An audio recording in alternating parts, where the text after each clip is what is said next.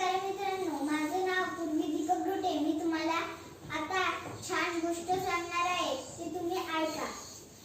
झाड, माणूस, वाघ. एका गावात एक लाकूडतोडे राहायचा. त्या गावात एक खूप मोठे जंगल होते व तिथे एक वाघ राहायचा. झाड उंच उंच होते. एके दिवशी लाकूडतोड्या एका जंगलात गेला लाकूड तोडायला. तिथे तो थकला म्हणून तो एका झाडाखाली बसला व तिथे वाघ आला आणि तो झाडावर चढला आणि मग वाघ तिथूनच पळाला आणि मग लकडहारा खाली उतरला व त्याच्या घरी गेला.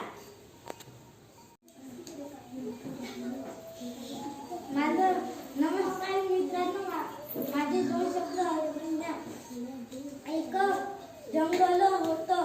त्या जंगलात एक झोपडी होती. त्या झोपडीत एक माणूस राहत होता. त्या माणसाचे नाव लाकूड तोड्या होते. तो माणूस एका दिवशी फिरत फिरत जंगलात गेला. त्याच्या बाजूला एक नदी होती.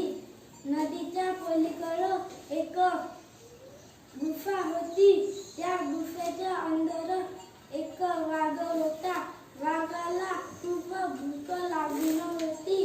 तो शिकार करायला जंगलात गेला. त्याला एक माणूस दिसला. मग तो माणूस पळून पहाडावर गेला. मग अर्ध्या तासात तो वाघ गुफेच्या अंदर गेला. मग लाकूड तोड्या खालत उतरून घरी गेला.